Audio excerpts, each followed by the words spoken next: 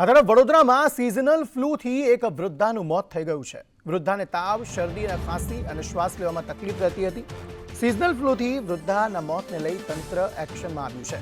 ખાનગી હોસ્પિટલ બાદ ગોત્રી હોસ્પિટલમાં તેમને ખસેડવામાં આવ્યા હતા। હિરેન મોદી વધુ માહિતી આપી રહ્યા છે। હિરેન, જણાવશો શું વધુ વિગતો? જી અંકિત, ખાસ કરીને વાત કરીએ સિઝનલ ફ્લૂનો ફર્સ્ટ ટાઈમ વડોદરા શહેરમાં દર્દીઓનો વધારો નોંધાઈ રહ્યો છે હોસ્પિટલોની અંદર।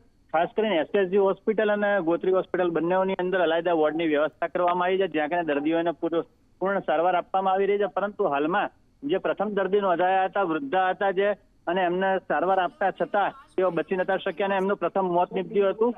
સાથે સાથે ભરૂચ અને અન્ય શહેરોમાંથી પણ 2 દર્દી નોંધાયા છે। છોટાઉદેપુરના એક 52 વર્ષીય મહિલા છે અને એક 32 વર્ષીય યુવક છે। બંનેની હાલમાં સારવાર હેઠળ ચાલી રહી છે।